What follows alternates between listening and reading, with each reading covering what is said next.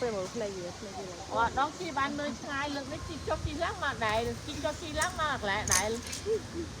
ជីបីត្រឡប់ហី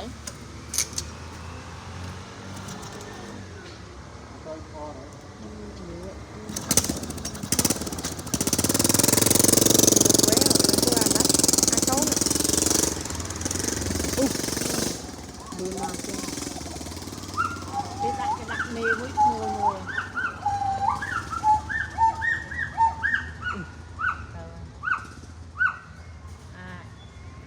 កែព្រៃមិនអញ្ចឹងដែរ